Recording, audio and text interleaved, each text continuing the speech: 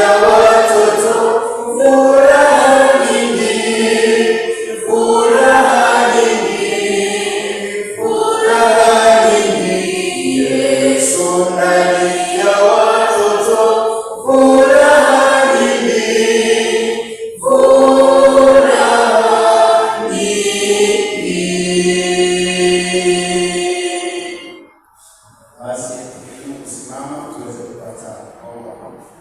Asante Mungu wetu kwa siku nyingine tena umetupatia, siku ya pekee ambao umepatia watoto wako, nasi kwa neema yako na kwa damu yako tumekuja mbele zako jioni ya leo Bwana, ukapate kutupokea na ukapate tena kusikia maombi yetu kwa ajili ya utukufu wa jina lako. Utano hili tunalikabidhi mikononi mwako Baba, rehema zako za ajabu zikazidi kutufunika na upendo wako ukazidi kuwa pamoja nasi. Jioni ya leo Bwana, tumekuja tena kusikia ujumbe kutoka kwako. Jioni ya leo tena tumekuja kuleta haja leo yetu kwako Bwana, ikiwa ni siku ya saba. Baba wa mbinguni, kama kwa neno la Elisha uliposikia maombi ya mtumishi wako kamponya na amani, uponya watu wako jioni ya leo wakapone kiroho na kimwili Bwana. Jioni ya leo tunamweka mtumishi wako mchungaji ambaye yuko tayari tena kutupatia maneno ya uzima. Baba, haja ya Roho Mtakatifu ikaweze kuongoza nasi tuliosikia mahali hapa, tunakwenda kusikia ujumbe huu ukaweze kutuletea wokovu kwa ajili ya maisha yetu. Jioni ya leo sasa tuko tayari, kwa hiyo tunaomba na kushukuru katika jina la Yesu. Amen. Bwana Yesu asifiwe. Basi nadhani kipindi cha uimbaji imeshapita, labda kwaya ya Sauti ya Mungu. Basi karibuni Sauti ya Mungu, karibuni. Mweza kupatia nyimbo moja, baada ya wimbo mchungaji atasimama. Ni wangapi tena jioni ya leo nakukaribisha mchungaji? Amen. Mchungaji, watu wa Mungu wako tayari kupokea ujumbe ambao Bwana amekupatia jioni ya leo tena kwa ajili yao. Baada ya wimbo mchungaji atakwenda kupatia ujumbe leo.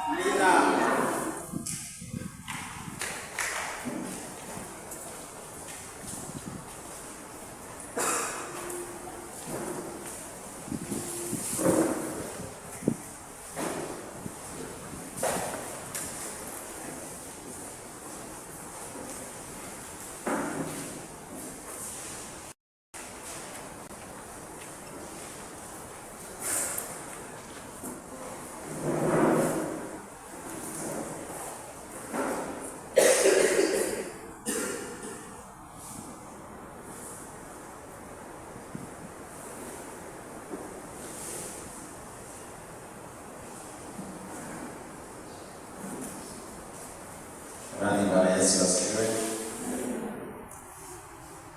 Bwana ni mwema na wakati wote. Niwakaribishe tena kwa muda huu mwingine baada ya maombi ya usiku,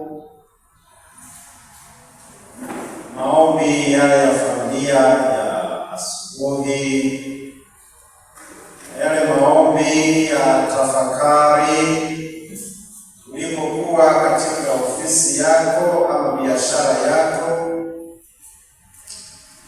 Hatimaye jioni hii tunaungana tena kumshukuru Mungu na kuungama makosa, dhambi na maovu maishani mwetu, lakini pia tunakuja kwake kwa ajili ya mahitaji jioni ya leo. Nashukuru sana waimbaji ambao wengine pia natumaini tuliimba hata kabla sisi hatujawasili hapa, lakini pia na nyie ambao mmetusaidia pia kupatia tafakari kwamba tunapaswa kuwa wanyenyekevu na kufanya mapenzi yake Yesu Kristo maishani mwetu. Lakini pia tumeimba wimbo namba 204 kwamba Yesu anapokuwa nyumbani kwa baba ama kwa mama na kwa watoto, kunakuwa na furaha na kunakuwa na amani na kunakuwa salama. Ombi langu pia katika sehemu hii ya 7, ninaomba kwa namna ya kipekee sana turuhusu Yesu atawale familia zetu. Hiyo ni jambo la muhimu sana, hasa katika wakati wa mwisho ambao na mambo mengi sana, sauti ziko nyingi sana, mbio ni nyingi, bize ni mwingi.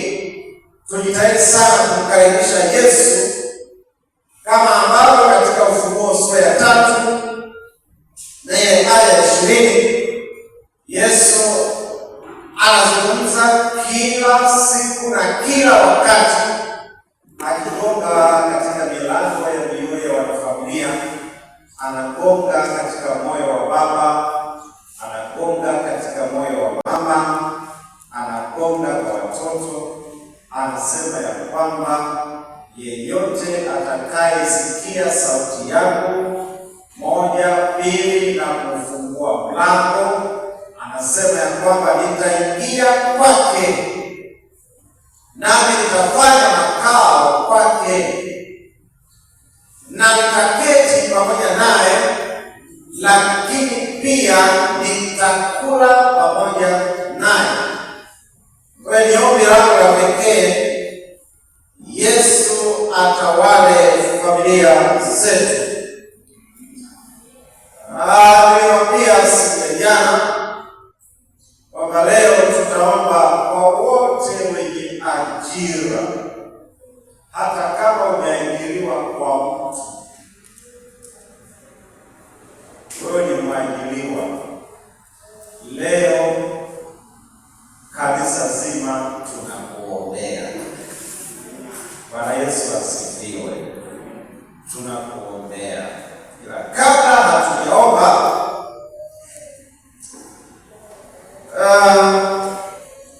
tamani andika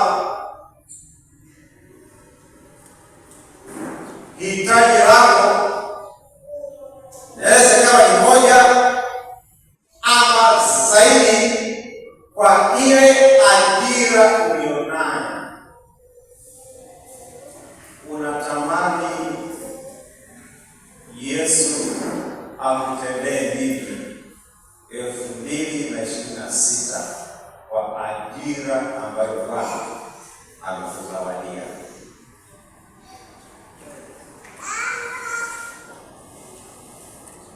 Alafu pili, natamani wenye uthubutu, weka nadhiri kwa kazi uliyo nayo, kwa kupitia hilo ombi ambalo umeliomba kwa ajira uliyo nayo, na mambo mawili ambayo pia mwishoni tutawaombea. Moja, weka nadhiri ya kwamba kwa neema ya Yesu hiyo kazi uliyo nayo itageuka kuwa baraka. Ninaongea taratibu ili unielewe ninachozungumza hapa. Pili, kupitia hiyo ajira ambayo Bwana amekubariki kwayo, weka nadhiri ya kwamba kupitia hiyo kazi ulionayo, wale watu unaohusiana nao, wanaofanya nao kazi, ambao sio Waadventista, kwa neema ya Yesu unakubali ya kwamba utakuwa daraja wokovu kupitia kwako kutoka kwa Yesu, nao pia waokolewe. Hayo mambo ni ya muhimu sana. Niliongea Jumatano ya kwanza tunapoanza maombi haya, nilisema ya kwamba maombi yoyote yanayohitaji kufunguliwa, maombi ya mahitaji ya baraka za Mungu maishani mwetu, ambayo ndani yake hayana ustawi wa kazi ya Mungu, hayo ni maombi ya ubinafsi, ni maombi ya anasa. Hakikisha maombi yaliyowekwa hapo, na wewe ambaye unaajira jioni ya leo, unapoomba jambo usiogope. Omba kitu ambacho hata kwa macho ya nyama kupitia hiyo kazi inawezekana. Yaani sio ajabu kuna mtu ametumika katika nafasi aliyonayo kwa miaka kadhaa, hana nyumba. Kwa hiyo yaani ni kana kwamba hana ajira.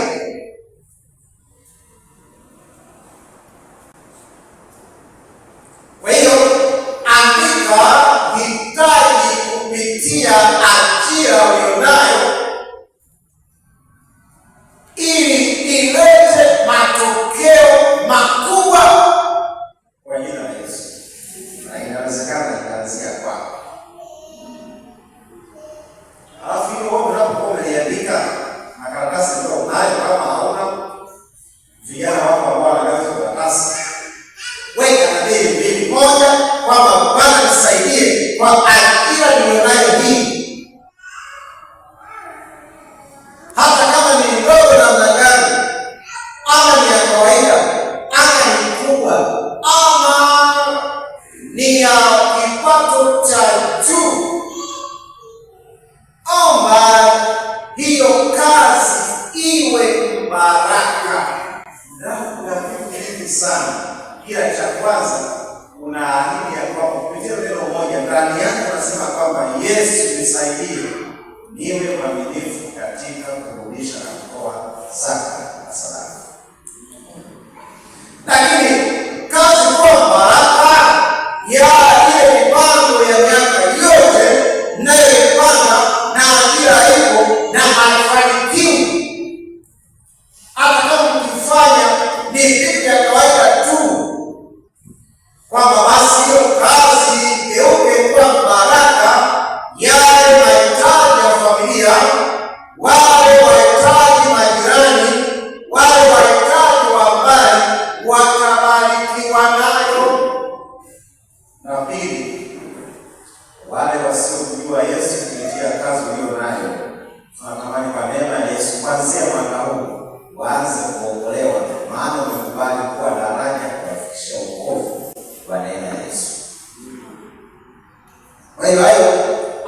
kuyatafakari mapema, wakati hapo baadaye tutakapokuwa tunakuombea wewe uliyeajiriwa. Na kesho ni waidi kwa neema Yesu tunaomba kwa ajili ya wajasiriamali wote, wakubwa na wadogo, biashara wakubwa na wadogo, na mafundi, kila aina ya kazi binafsi. Hao pia tutawaombea kwa siku ya kesho, na nitawaelekeza cha kufanya. Basi baada ya hayo, nawakaribisha tuombe kwa pamoja. Ninapoomba, basi katika mawazo, akili yako, mshukuru Mungu. Jambo la kwanza, mshukuru Mungu. Mshukuru Mungu. Na jambo la pili, omba toba. Alafu baada ya hapo, dai ahadi ya Roho Mtakatifu, ili hata kwa aya 2 ama 3 za jioni ya leo zilete mguso na badiliko la kiroho maishani mwetu. Tuombe. Baba yetu mwema wa mbinguni, tazama kila mmoja anazungumza na wewe moyoni mwake.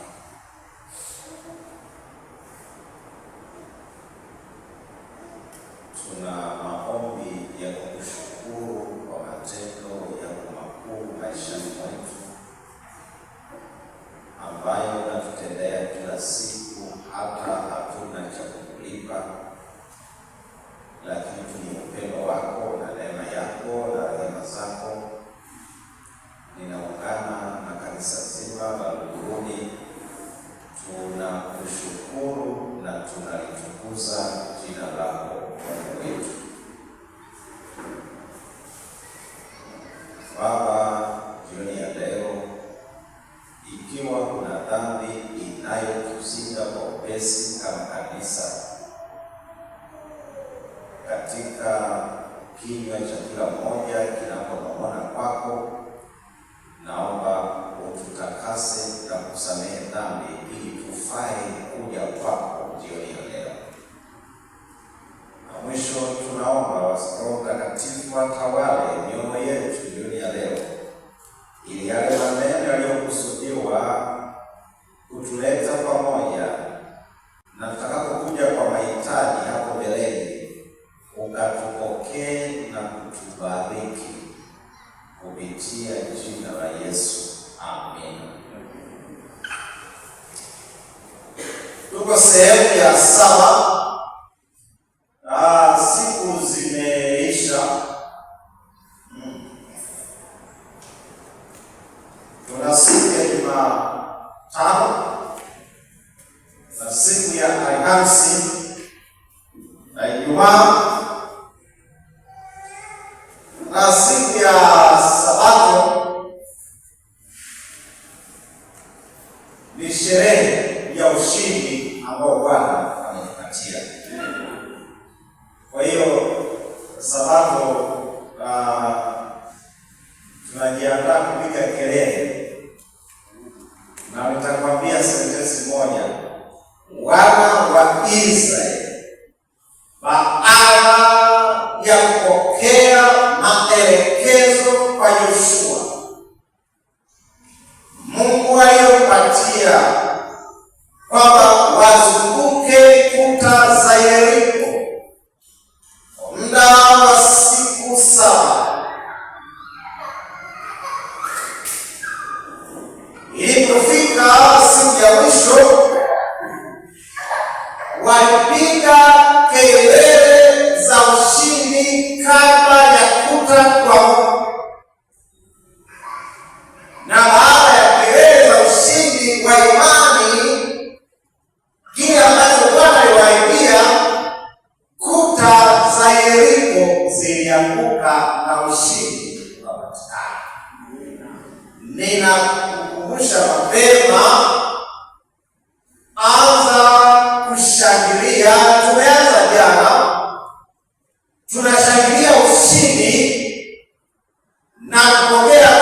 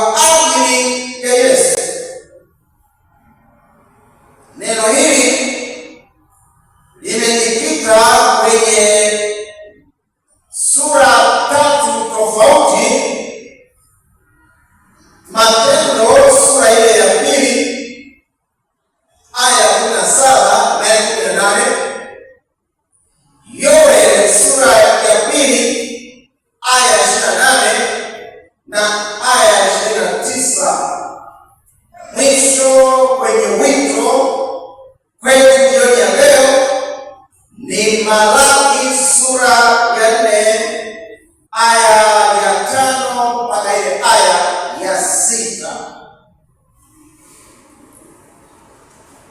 Nitasoma hizo aya basi tutapata ufafanuzi kulingana na makundi yaliyotajwa na neno mada ndogo ya wafundishe watoto na vizazi vyote kusema kwa ajili ya Yesu. Tuanze na Matendo. Itakuwa siku za mwisho, asema Mungu, nitawapatia watu wangapi? Wote roho yangu, na wana wenu na binti zenu watafanya nini? Utabii. Okay, wanaiki hawajafungua Biblia zao. Kata tabiri.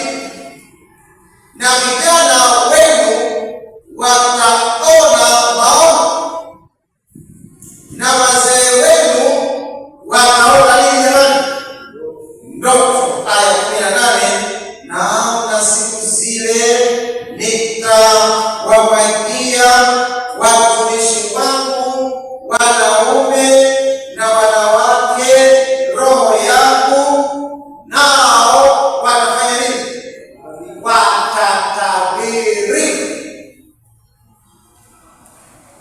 Maneno ambayo Petro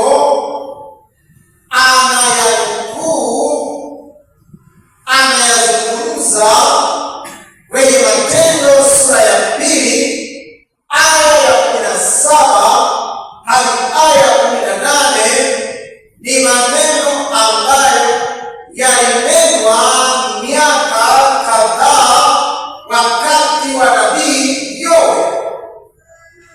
2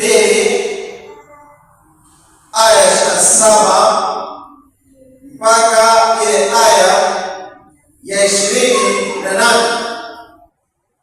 Hata itakuwa baada ya hayo ya kwamba nitamimina roho yangu juu ya wote wenye mwili, na wana wenu waume na wake watatabiri, wazee wenu wataona ndoto, na vijana wenu wataona maono. Ni kama maisibesa. Kwa hiyo anaanza na wazee wataona ndoto, alafu vijana wataona maono, lakini Petro anaanza na vijana wataona maono na wazee wataona ndoto. Aya 28. Nimeanzia aya ya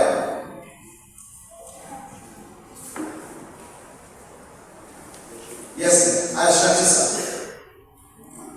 Tena juu ya watumishi wenu wanaume kwa wanawake katika siku zile nitamimina roho yangu. Na mwisho Malaki sura ile ya 4 aya 5 na ya 6. Angalieni, nitawapelekea Eliya nabii kabla haijaja siku ile ya Bwana iliyokuu na kuogofya, naye ataigeuza mioyo ya baba iwaelekea kina nani? Watoto wao, na mioyo ya watoto iwaelekee baba zao, ili nisije nikaipiga dunia kwa laana. Mwisho wa kunukuu hizo aya chache ambazo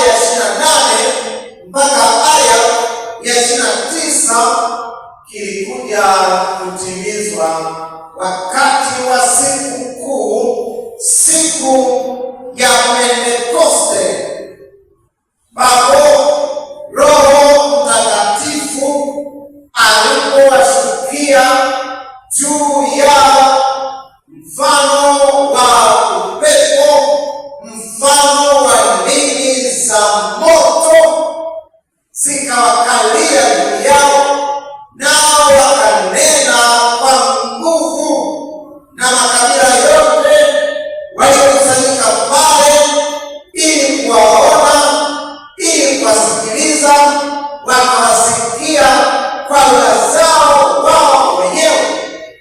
Ni hali ambayo ilitakuwa zamani. Petro anarejelea kile ambacho Yoeli aliandika kwamba unabii huu umetimizwa wakati wao. Wakati nasoma Bible commentary ile gombo la 6, wakati nasoma kitabu cha Matendo ya Mitume peke yake kwenye sura ya 2, kapata uchambuzi kidogo kwa mambo machache yafuatayo. Kuna makundi manne tofauti ambayo yameelezewa ndani ya maandiko. Petro ameyaorodhesha, lakini pia na Yoeli ameyataja kama yalivyo na utimizwaji wake na sisi leo.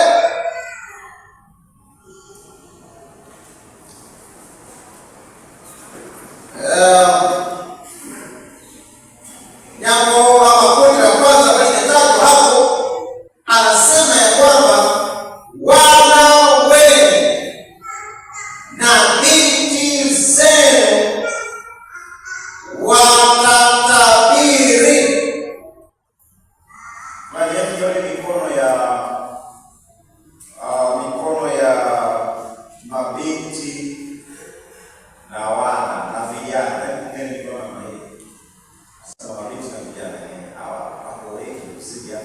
Wazee wanaona mpaka walale. Yaani wao kupata mtu mpaka walale. Vijana sio mpaka walale. Wenyewe wana maono.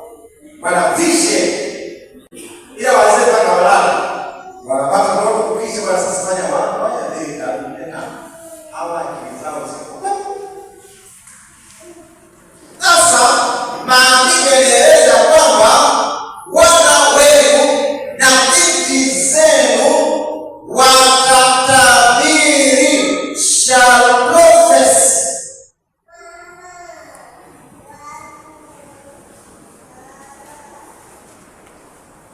Inamaanisha nini? Inamaanisha kutabiri, kusema kwa msukumo wa neno la Mungu, kutangaza ujumbe wa Mungu na kufunua mambo ya siri ya usuyo ufalme wa Mungu. Anasema kwamba sio kutangaza au kufunua siri au vijana na mabinti ambao watatabiri. Inamaanisha kwamba wataonya, watafundisha na kurekebisha na kufariji, ikiwa na maana ya kwamba watatangaza mapenzi ya Mungu kwa msukumo mkubwa wa Roho Mtakatifu. Bwana asifiwe. Hawa vijana ambao kimsingi wakati wa sasa kuna gepu kubwa kati ya vijana wadogo na wazazi, hasa mtoto anapofikisha kuanzia miaka 14 kwenda 15, gepu linaanza kutengenezwa. Anaanza kumwamini kwa asilimia kubwa rafiki yake, na anaweza kumweleza chochote huku akiogopa kumweleza mzazi wake. Gepu linaanza kutokea, linatokea nyumbani. Hiyo gepu wanakuja kanisani pia. Maana vijana wanapewa majina mengi kana kwamba ni watu fulani ambao yani mabinti na hao vijana wadogo wanaonekana kana kwamba wao hawana Roho Mtakatifu.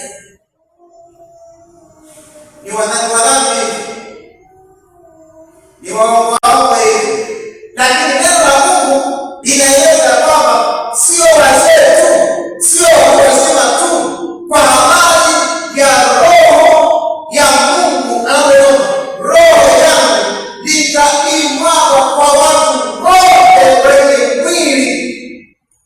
Anaonesha kwamba vijana wenu na mabinti zenu watatabiri, yaani watazungumza neno la Mungu kwa ujasiri, wakisukuma na nguvu ya Roho Mtakatifu,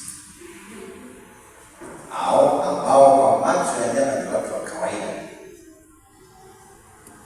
ambao watafundisha, ambao wataonya, ambao watahubiri, ambao watasimama kwa faraja kwa watu waliokata tamaa na kulijenga kanisa la Mungu kuwa lenye umoja kwa ajili ya ufalme na vipaumbele vya Mungu.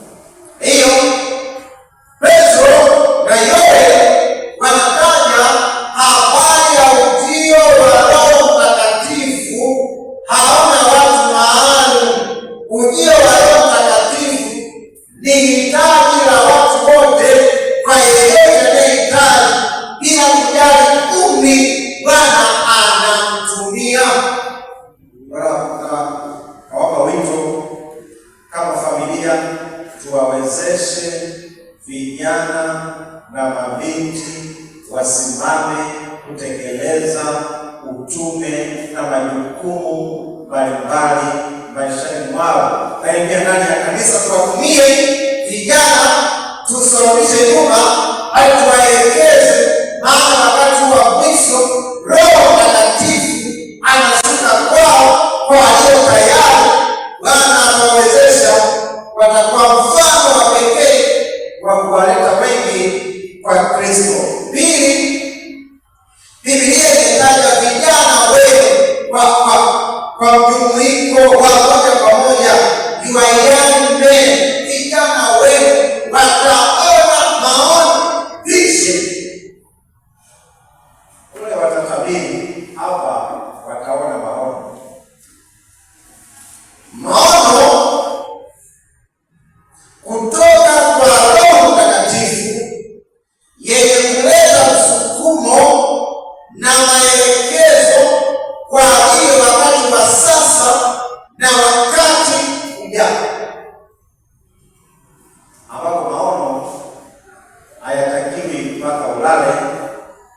Maono, vijana katika wakati wa mwisho, wakati ambao tunaishi sasa, wana upeo mkubwa wa kuona mbali,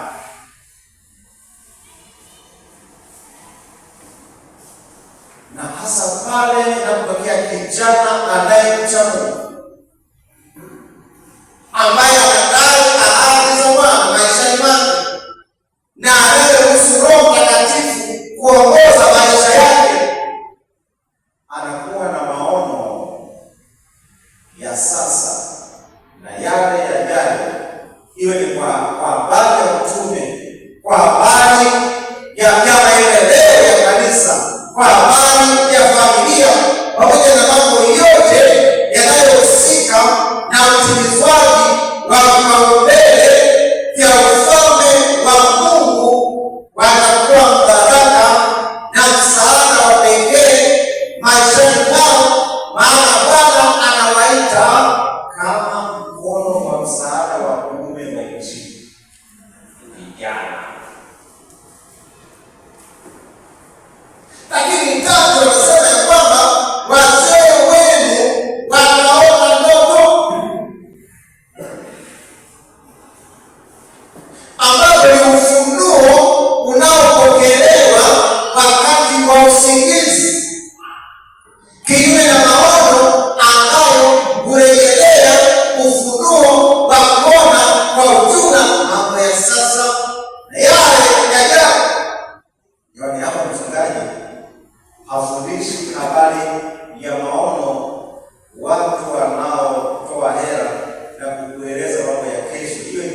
hapa sisi hatuna. Nazungumzia maono, upeo wa kuona mbali kwa maisha binafsi, kwa maisha ya familia, lakini pamoja na vipaumbele vya ufalme. Vijana wanaona maono, wanaona mbali, lakini wazee wanaona ndoto. Na hizi ndoto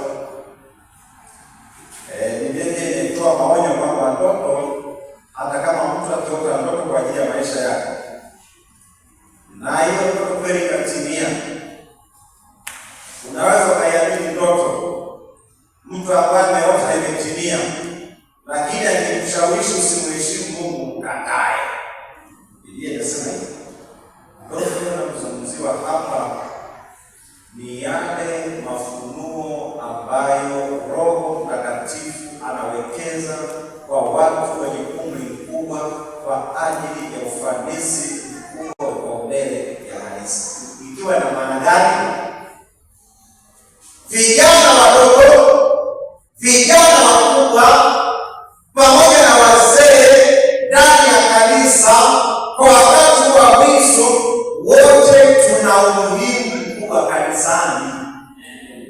Yaani kila mmoja, wakati hawa wanatabiri, wakati hawa wana maono, wakati hawa wana ndoto, lengo ni moja tu, ili kuwa na watoto na vizazi ambavyo vinanena na kusema kwa ajili ya Yesu. Vizazi vingapi? Yote.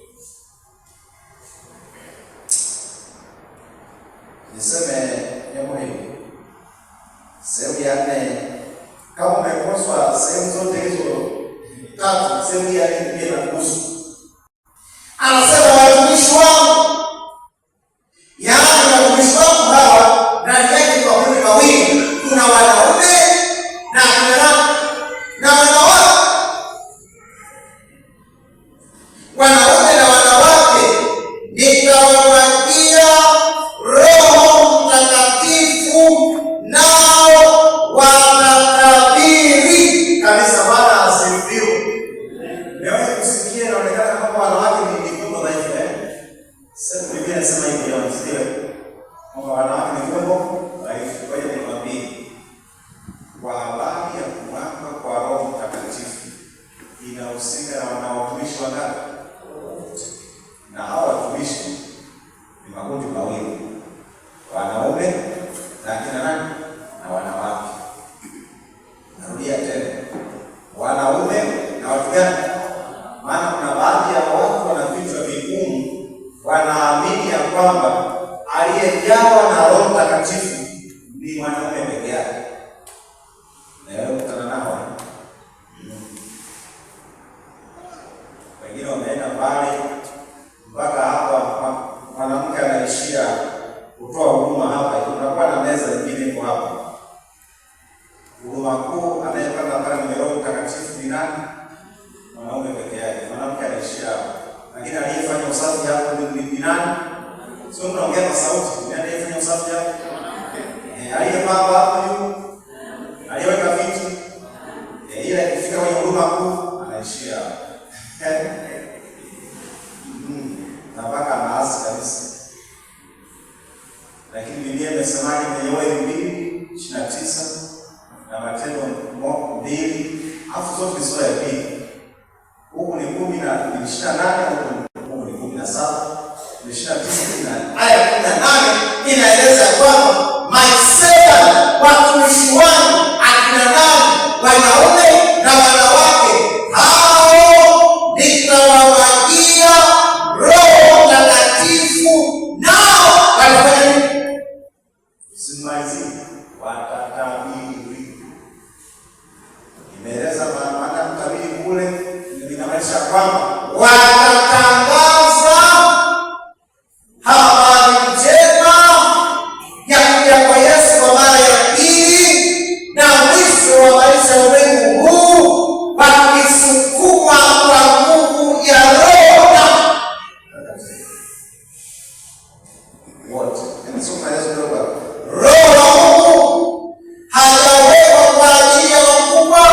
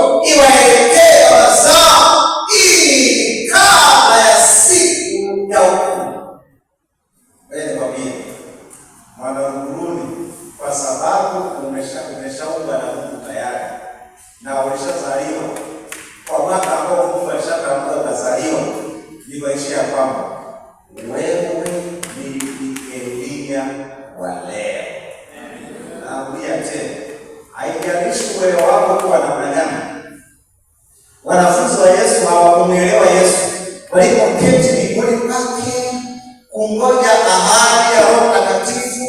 Walielewana, walielewa mission ya Yesu, wakatubu, wakaungana, wakainuka.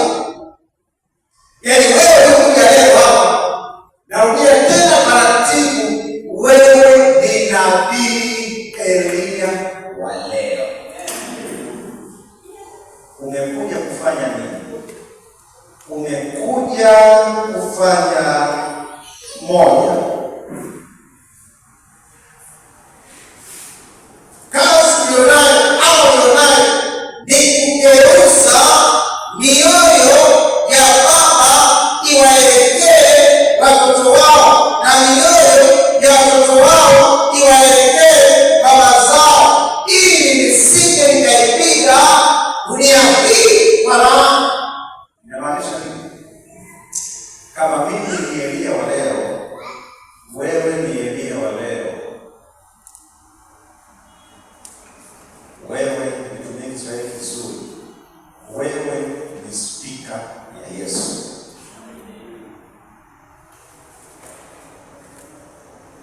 Kuwapatanisha wanafamilia. Tunazungumzia habari ya horizontal relationship. Alafu tunapofanya hiyo kazi ya kufanya familia, maana neno la Mungu linaleta upatanisho na Yesu aliongea katika Mathayo sura ya 5 kwamba heri wapatanishi, maana hao watafanya nini? Ufalme wa Mungu ni wao. Tunapofanya peleka Injili, tunaleta amani ya familia, mioyo ya wazazi naelekea watoto, kunakuwa na muunganiko, kunakuwa na bond, kunakuwa na mahusiano yaliyo bora, yale matukio ya kijamii yasiyoeleweka, mara ya kuoana, mara ya kuachana, mara ya usaliti yasiyokoma. Neno la Mungu litaponya familia katika jamii ya Mungu. Namba 2, tutajenga vertical relationship, uhusiano imara kati ya familia za wanajamii, kwa kujenga familia zetu kwa mahusiano imara kati ya maisha yao na Mungu wao, kwamba iwe ni usiku, iwe ni mchana, iwe kwenda familia ama mama viongozi na paswa kuwa mwaminifu, maana Mungu anaona usiku na mchana, ili familia iweze kuwa na maombi, usomaji wa neno la Mungu, ushuhudiaji na kujiandaa kwa ajili ya kuja kwa Yesu kwa mara ya pili. Na kutia moyo jioni ya leo, tunapoenda kuomba jioni ya leo, wewe ni Elia wa leo. Sasa kuna haja gani? By the way, kama mimi nisipotimiza kusudi la Mungu la mimi kuitwa nabii wa leo, kuandaa ulimwengu kabla ya siku ya kuja, msiombe hitaji la Roho Mtakatifu. Sasa Mungu zani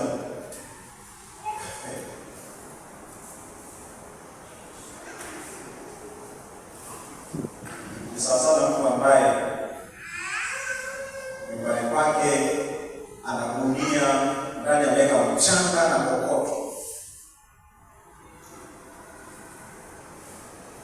alafu anafanya mazoezi, anaingiza vidole kwenye kokoto, unafanya kwa kama ni ya moto, pia kuna kitu hapa anapiga ule mfuko na ndani kuna kokoto, ameota suku, lakini pia ana ile kipindi ya kubeba ile ambayo kuna kilo kama 100 na huko kilo 100 na anajua mkuu mmoja anafanya mazoezi makali, alafu na nikifua liko huko, anataka kufanya nini sasa? Hayo ni majukumu. Si kwa nini usifanye haya yote yale ya kuoga zege na vidole, unajua machuma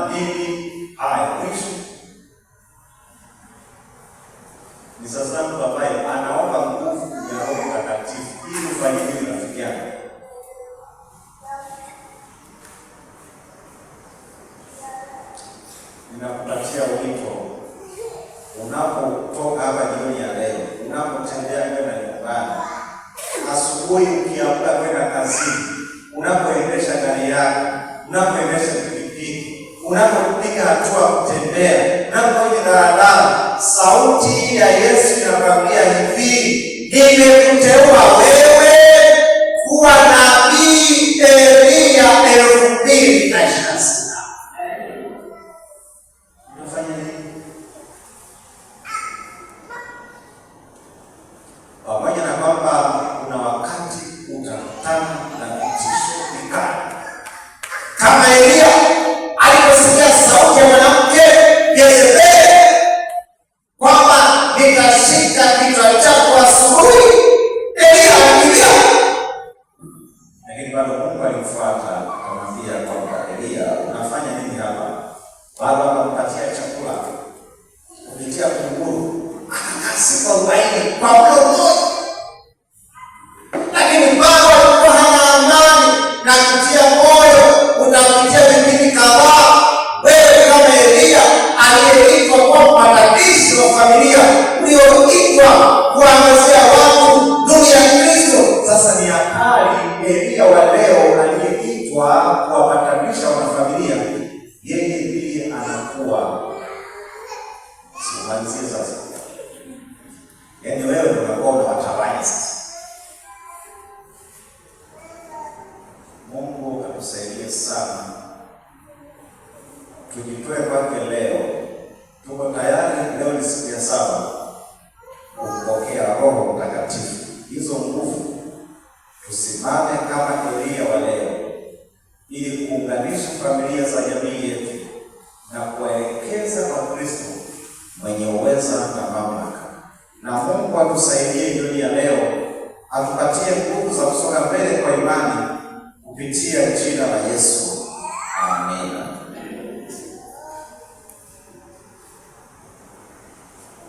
Twende kwa Yesu bila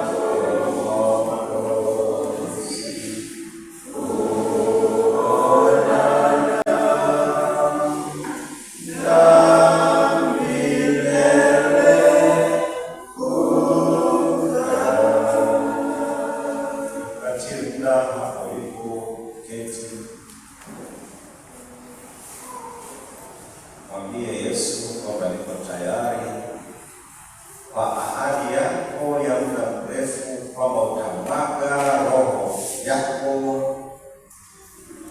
kwa kila mwenye mwili bila kujali umri, kabila, status. Mwambie Yesu, niko tayari kupokea ahadi hii ya utakatifu. Namba 2,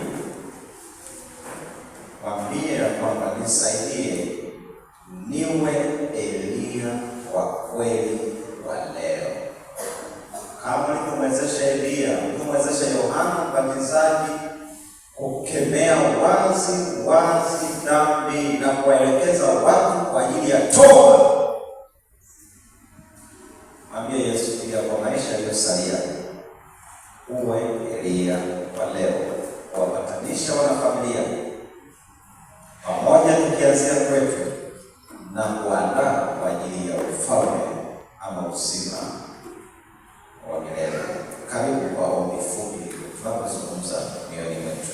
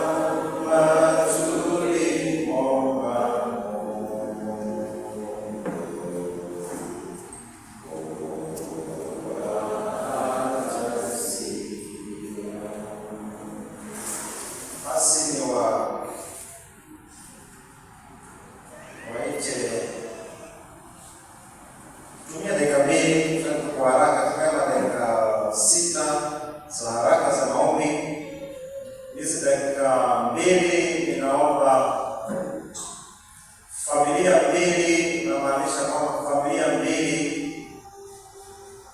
zichukue kijana mmoja ili kuomba pamoja. Yaani kama kuna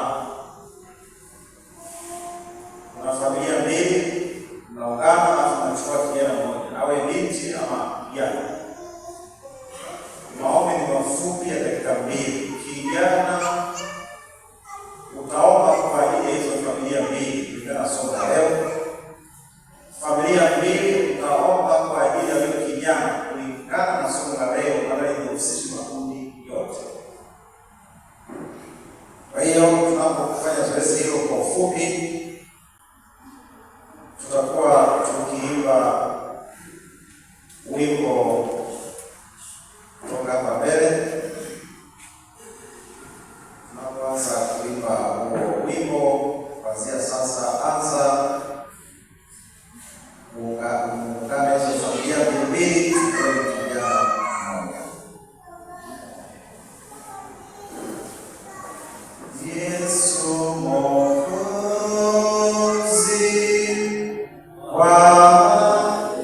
tufanye zoezi kwa wepesi. Mkishapatana anzeni kuomba moja kwa moja.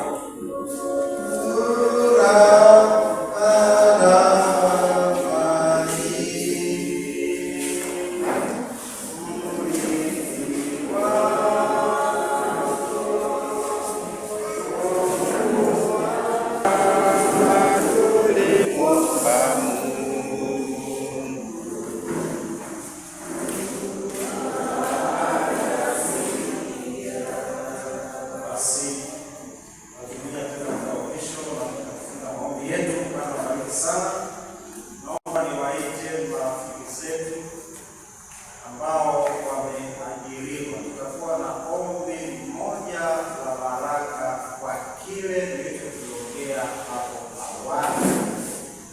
Karibuni sana hapa mbele, nataka kuomba kwa ajira yoyote. Nimesema hata kama unaajiriwa na familia hiyo wote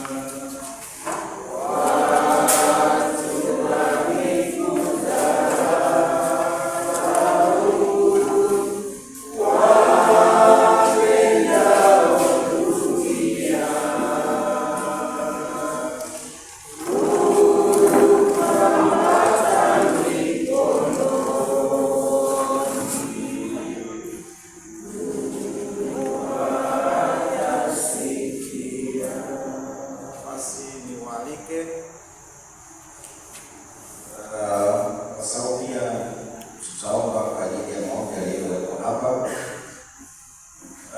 Niwaalike wale wenye uwezo wa kusimama tusimame.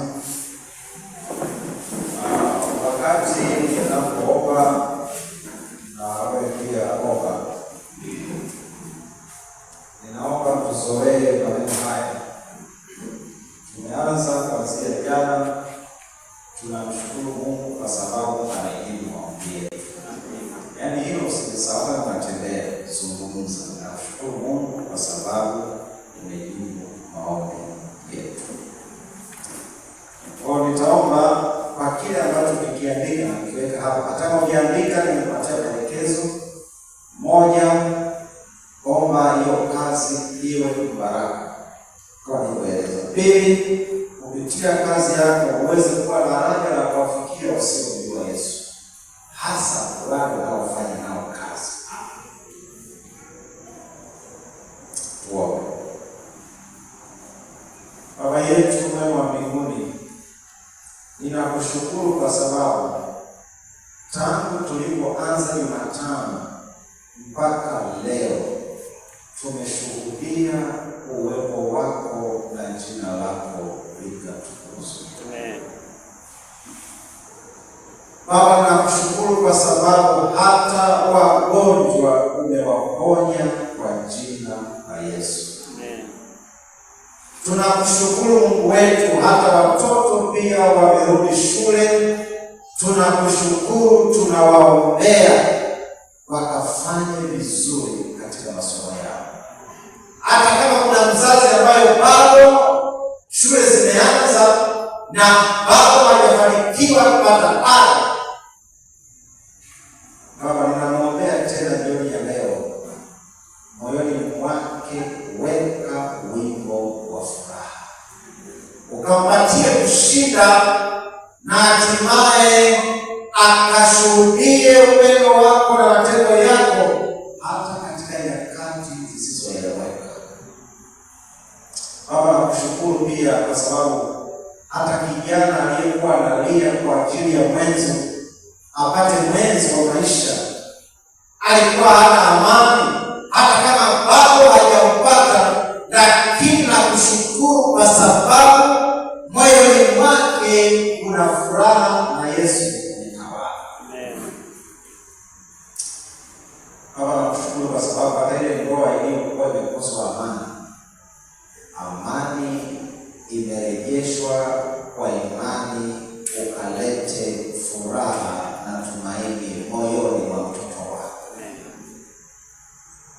Baba, nakushukuru kwa sababu hata vipaumbele vya kanisa ambavyo vimewekwa sisi kama wanadamu, tunakushukuru kwa sababu vitatimizwa kwa kishindo kwa jina la Yesu. Baba, asante kwa mipango iliyowekwa hapa ya familia. Wengine wameibandika kule jumbani mwao, wameandika kwenye madaftari yao. Baba, nakuomba kwa namna ya kipekee, na ninakushukuru kwa sababu umekwisha kuweka njia ya kufanikisha yote kwa jina la Yesu. Baba, tazama wafanyakazi hawa wako mbele yako, kila mmoja unafahamu wapi ameajiriwa. Baba, tunamwombea mmoja mmoja kwa majina unawafahamu, na kuna wengine wametamani waje ili tuombe kwa pamoja, lakini mazingira yamewazuia. Baba, naomba kwa ombi hili na maombi ya kanisa zima, Baba, nakuomba jambo la kwanza, uwalinde katika kazi ulizowapatia. Mitego yote ya adui anayoiandaa ili watoto wako watumbukie kwenye rushwa, watumbukie kwenye ufisadi na kwa namna zingine zozote ambazo zinawakosesha furaha ya amani ya kazi, Baba, mianzo ya mwaka huu uwashindie kwa jina la Yesu. Na kile ambacho kila mmoja amekiandika ama kiko moyoni mwake anatamani kitendeke katika ajira aliyonayo, Baba, ukatende hivyo kwa utukufu wako. Lakini Baba, mambo mawili nakuomba ya mwisho. Moja, naomba kazi zao zikaweze kuwa mbaraka kwa familia zao, zikaweze kuwa mbaraka kwa jamii, ikaweze kuwa mbaraka kutimiza vipaumbele vya ufalme.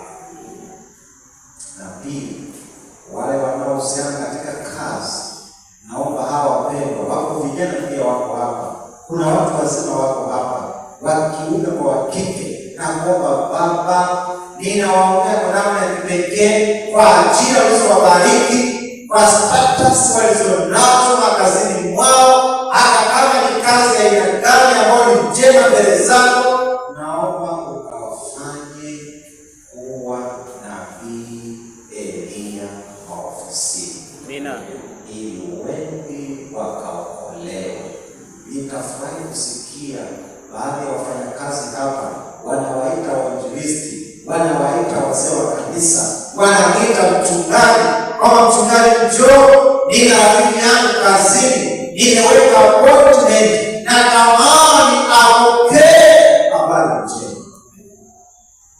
Baba, asante, na hata afya zao tunawaombea ukawabariki wakapata kuwa na afya njema. Baba, nakushukuru pia kwa mkutano huu, watu wote tulioacha vyote na kuja kwako jioni ya leo.